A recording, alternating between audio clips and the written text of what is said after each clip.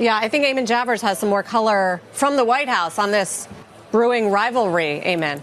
Yeah, Sarah, that's right. This is a behind-the-scenes rivalry that's now exploding into public view between Elon Musk and Peter Navarro, two very different wings of the Trump administration internally. Yeah, Elon Musk is calling Navarro a moron, dumber than a sack of bricks. The girlies are fighting, but Elon is already out of favor in the Trump White House, so good luck to him. Good luck to Elon. Oh, God, it's amazing. It's amazing that it's like falling away. It's falling apart in spectacular fashion. To now have a reaction to all this from Caroline Leavitt, the White House press secretary. I just spoke to her a couple of moments ago. Her reaction to the statement from Elon Musk calling Peter Navarro truly a moron and dumber than a sack of bricks is whatever. We are the most For the record, like, I'm not doing the China is going to collapse tomorrow memes, but for America. Like, that's not what I'm saying either. This is going to be a long and drawn out process. Okay? That's not the argument here either. Like, I'm not doing the America is collapsing tomorrow memes like the reverse USAID funded YouTuber pipeline. I do, however, think that there is some comparisons between the USSR and the collapse of the USSR and the collapse of American empire a little bit. It is also a self-inflicted wound, accelerated by outside forces, certainly in the case of USSR. And in our circumstance, the outside forces are not outside forces at all, but internal forces, something that we have actually worked at the behest of, our government has worked at the behest of, which is capital interests. Unchecked power for capital owners have caused unlimited greed, has destroyed American manufacturing capabilities and labor power. Labor power is supposed to breathe life back into the welfare state that breathes life back into the capitalist system and offers it a lifeline. The contradictions become too severe to ignore, and America starts recognizing that they've lost the plot over the course of the past couple of decades, where a command economy can come in and absolutely dominate them in the global marketplace, develop themselves, and become a competent, competitive superpower. And now they are trying to stop the bleeding to the best of their ability. But because of our endless greed and because of our defense of capitalism and our interest in the maintenance of capitalism, we do not have the tools to actually fight back against this. We do not have the tools to rather rebuild the system. Because if America turned into China overnight, in terms of his policies, in terms of his interests, and America, let's say, started using its corporate structure and make corporations work at the behest of the government and at the behest of the citizenry, rather than the corporations dominating the government, or the government serves the corporations, as is the case here in the United States of America. Maybe then, in the next decade, America could become a more competitive country and potentially put like 50 to 100 extra years on its global dominance, right? But they're not doing that because the only tool we have is a hammer. And if the only tool you have is a hammer, you're going to break stuff. And that's precisely what Donald Trump is doing right now. Transparent administration. You'd get more views if you were more racist. More racist implies I'm decently racist, but I need to increase the racism dial more. In history, expressing our disagreements in public. So clearly the attitude from the president and from the White House more broadly is, sort of a boys will be boys attitude here that you get from that particular statement from Caroline Leavitt, that these two people disagree, they're disagreeing in public, and the president is getting a range of views in terms of all the inputs as he considers where to go with this trade war, guys. Yeah, I mean, look, to David's point, like Navarro took a shot at Musk on the air in response to a shot, I think, that was taken at him. One of them is a CEO that operates a business that does a lot of business in China and around the world. And the other is a hawk on trade. So right. I think it represents, how a lot of CEOs are feeling what Musk is channeling. And the question is, from Trump's perspective, is which of these two people does Donald Trump trust more? Is going to be a longer-term player in the Trump orbit, has been a longer-term player in the Trump orbit, And I would just point out to you that Peter Navarro literally went to jail last year to politically protect Donald Trump. That's his guy, bro. That is his guy. He is the Fedayeen, okay? Trump, what? Aren't you avidly anti-Semite? Is that not enough for chatters? That's funny. Let me tell you something. Peter Navarro is a loyal soldier. And Trump also agrees with him. Trump agrees with him on the tariff. He thinks Peter Navarro is bold, brave, and a future-minded person. Have you seen the market rebound? Yeah, it rebound from this. Let me tell you, okay? It's deep red again. Elon Musk hasn't done that.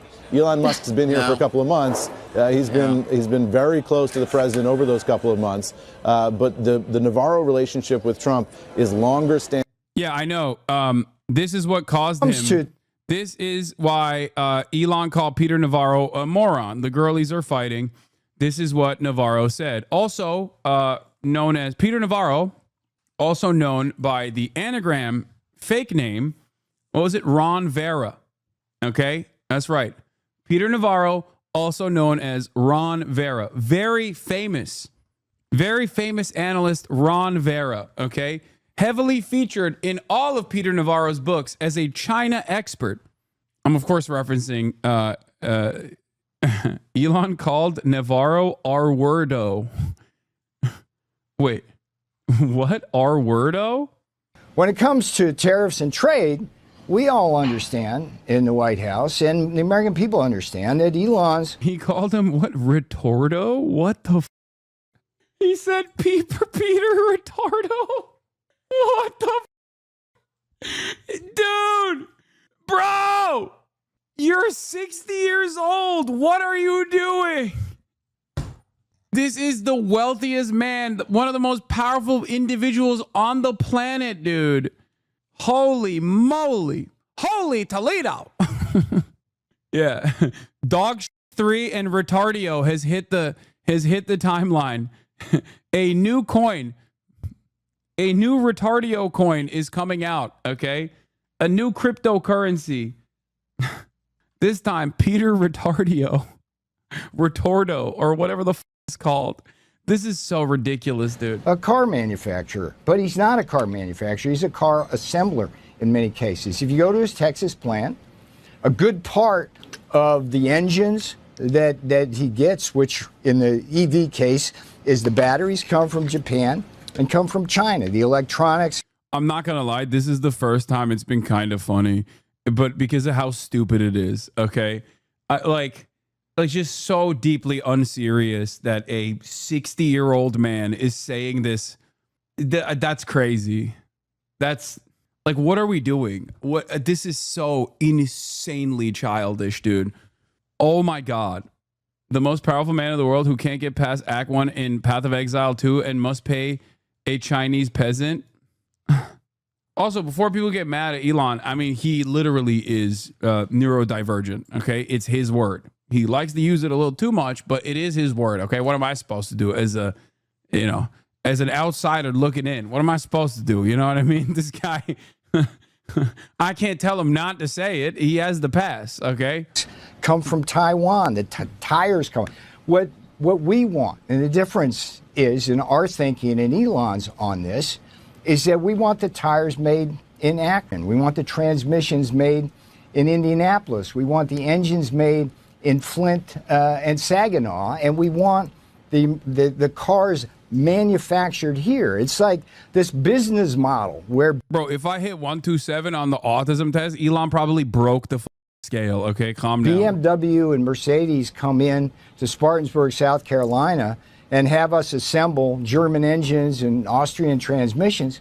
That doesn't work for America. It's bad for our economics. It's bad for our national security. We want them to come here. And with Elon, it's fine. He's a car man. He's a car person. That's what he does. And he wants the cheap foreign parts, and we understand that. But we want him home. We want him home Peter, for our national security and economic security. You just said he's never been actually diagnosed. His mother just said he was autistic and everyone believes her. Brother, come on. Are we really doing this right now? Like you're disputing whether or not Elon Musk is autistic. This is the level that we got to. Like, I get it. a lot of chatters are neurodivergent, autistic themselves. They don't want to have that brand association with Elon Musk. I get it. Okay. Totally understand why you would be fighting this battle, but this is a lost battle. Okay. It's one of those things where it's like, it's not, you can keep trying to fight on that hill, but it's not worth dying on that hill. My man is omega autistic. Okay. He is very, very neurodivergent. Like you can't act in that way. Like he's not Sheldon. Okay. He is not capable of behaving in that way as in a fake fashion. And everything's good with Elon. Yeah. He's also sociopathic on top of that, certainly, but he's to say that he's not like neurodivergent is crazy. All right, let's keep going. And more deeply loyal. So that was the reason why Elon Musk said Navarro's a truly moron. What he says here is demonstrably false. Then the Elon Musk relationship with Trump is, even though the Elon Musk relationship has been so dramatically. I do love this, by the way, because the girlies are fighting very publicly. The economy is collapsing very publicly. And in the process, the White House will just like, they'll come up with a statement like a mean girl. They're like, whatever, we're the most transparent administration in history, expressing our disagreements in public. It's actually cool that we are an administrative state in complete disarray. It's fine. Whatever. It's actually making America great. Awesome. Public over the past couple of months, and we've seen all these pictures of Elon and the president together. That is a relatively new relationship. So if you're Donald Trump, who do you listen to more intently there?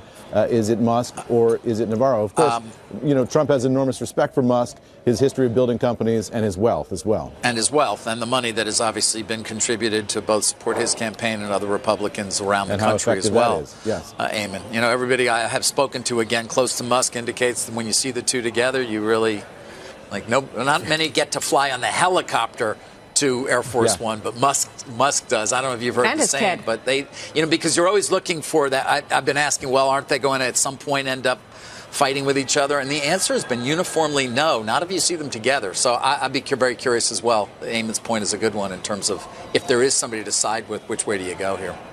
But it all is happening, of course, Eamon, at the same time, as we've been saying, where it seems as if the Navarro hardline camp is maybe in a little bit of retreat or sideline for the moment. And, yesterday he had an op-ed says no negotiations. And by the end of the day, all we're talking about is negotiations.